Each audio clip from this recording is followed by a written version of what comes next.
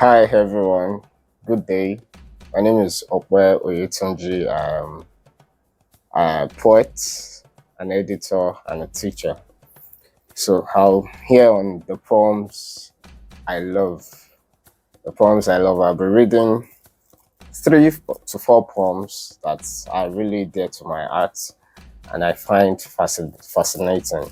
So the first poem I'll be reading is Seamus Heaney's Digging, a very fine poem. I'll just go straight into it.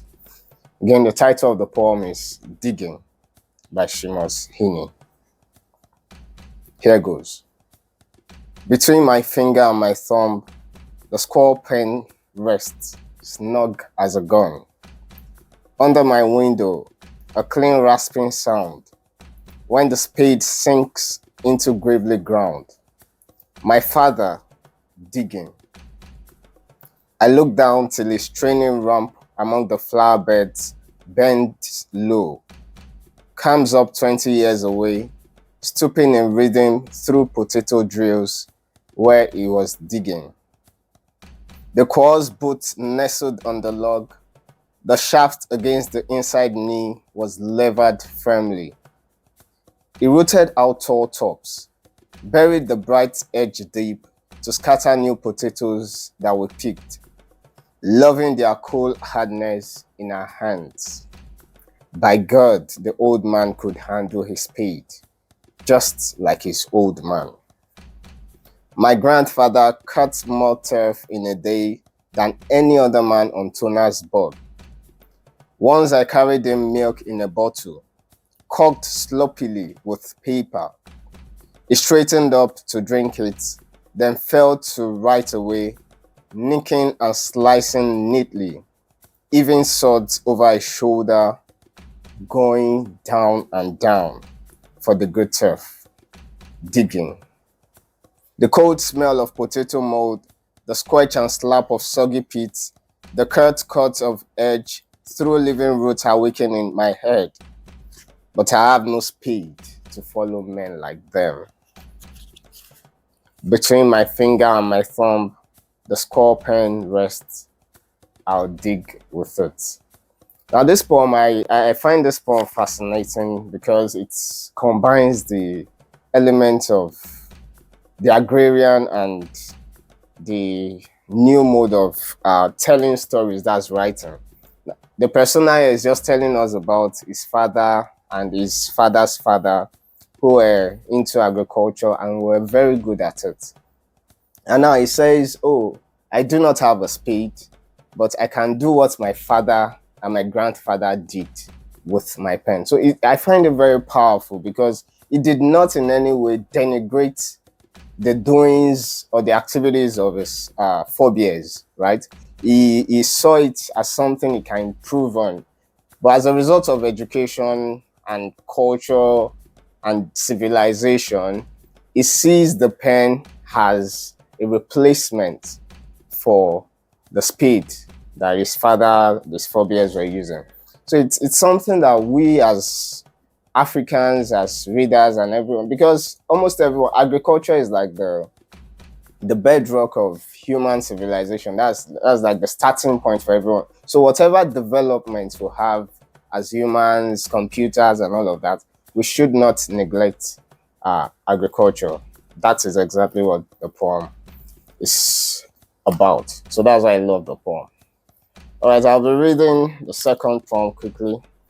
It's Servio Gbadamosi's With My Daughter on a Sunday Afternoon from his Where the Light Enters You collection.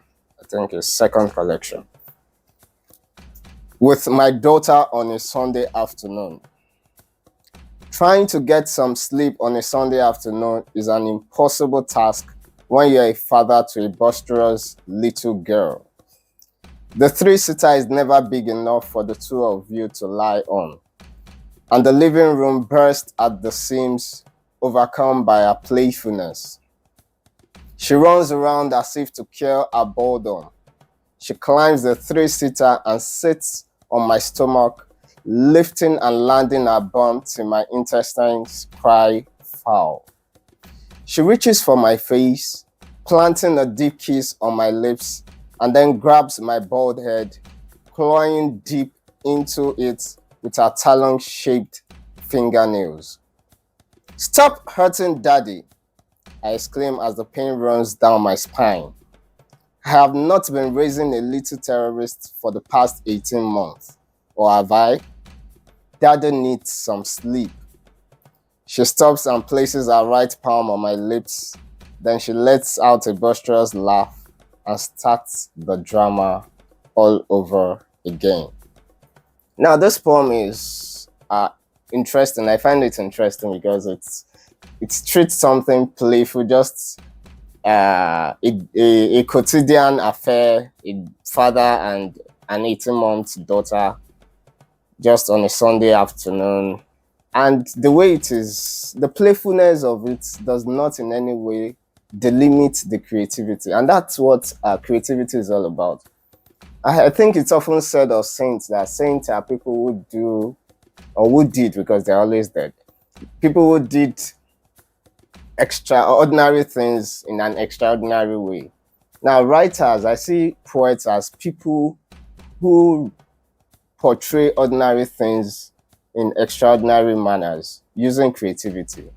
All right, so that's exactly what this poem is about. And I see this poem as a budding conversation, maybe, because the daughter will probably read the poem when she's of age and all of that. And maybe in the future, she'll probably respond. Maybe when the man is old and the daughter is the one taking care of the man now, probably write maybe a write back or something. So there's maybe a generational or father-daughter conversation here in the poem.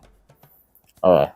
So the next poem I'll be reading is from this popular and seminal book. I don't know if it's clear. It's an old copy of mine. I got it from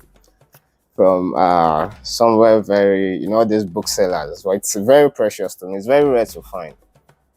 A selection of African poetry by Senano and Vincent.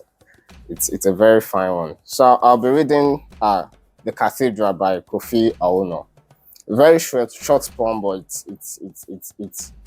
it's a landmark poem because it speaks to something that we grapple with as Africans, even till this very day. The Cathedral. On this dirty patch, a tree once stood, shedding incense on the infant corn, its boughs stretched across a heaven, brightened by the last fires of a tribe. The scent surveyors and builders who cut that tree, planting in its place a huge, senseless cathedral of doom. Now, the part I like about this poem is the very last line. The line rings in my head. My first encounter with this poem, I think I was in secondary school. It was not part of the syllabus. I just found my way around, just came across the poem. And why would you describe, of course, I was an impressionable young boy, like a teenager, and I saw religion as utmost and all that. So cathedral, using doom and cathedral, senseless with cathedral, qualifying cathedral as being senseless. But then over time, when I came to, of course, grew older and I came to understand the background of the poem and the realities that surrounded it, I see it as a huge way of talking, not just talking down, but just decrying the activities of colonialism and all of that. Because how religion did not come to us, that's Africans now, did not come to us. We did not really take it willingly. Of course, it was almost forceful. And that's what this poem is talking about.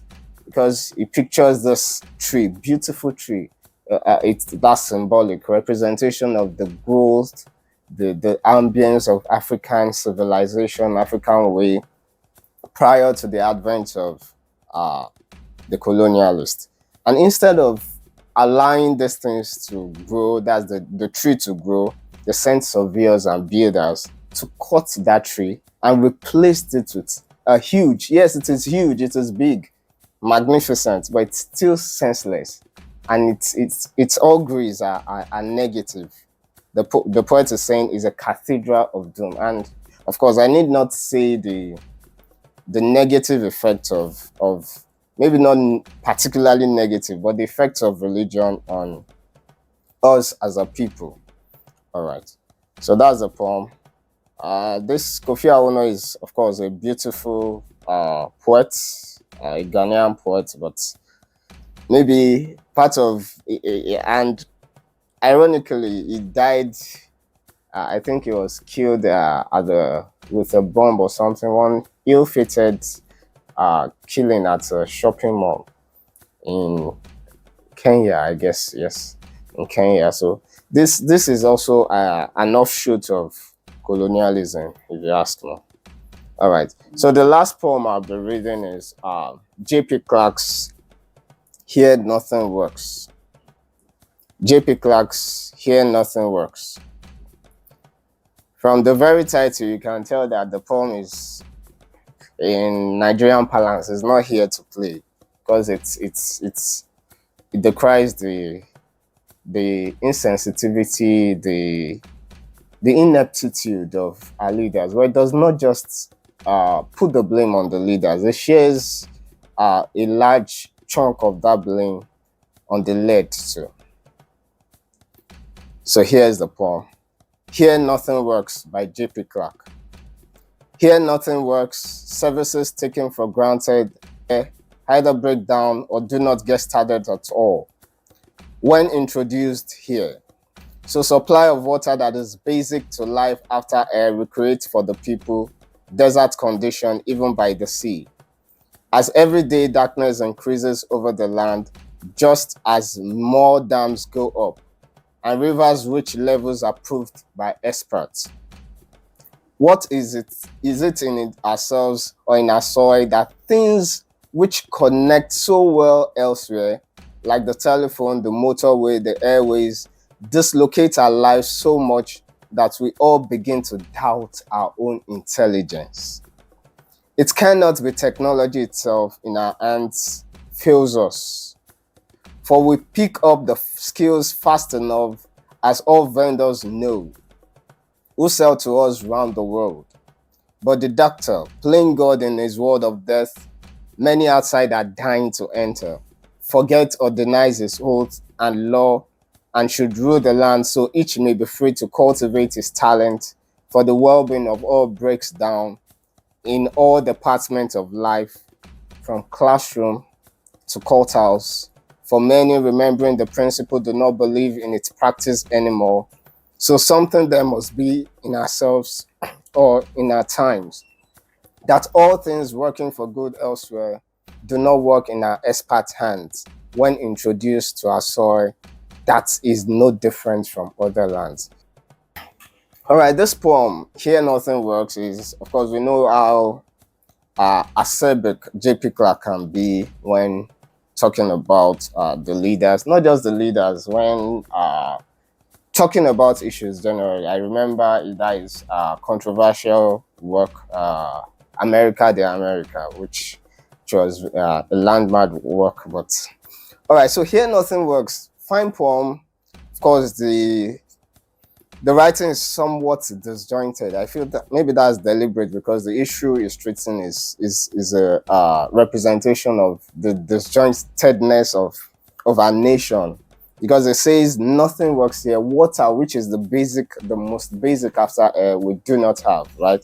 And it says the part I like most in the poem is something that works well in other climes, right? Works well in other climes. We have he even says something that we have the facilities or we have the enablement to make these things work. But the persona is aghast as to why these things do not work here. And so we dislocate our lives so much that we begin to doubt our own intelligence. But it's trying to say that when we go elsewhere, we thrive.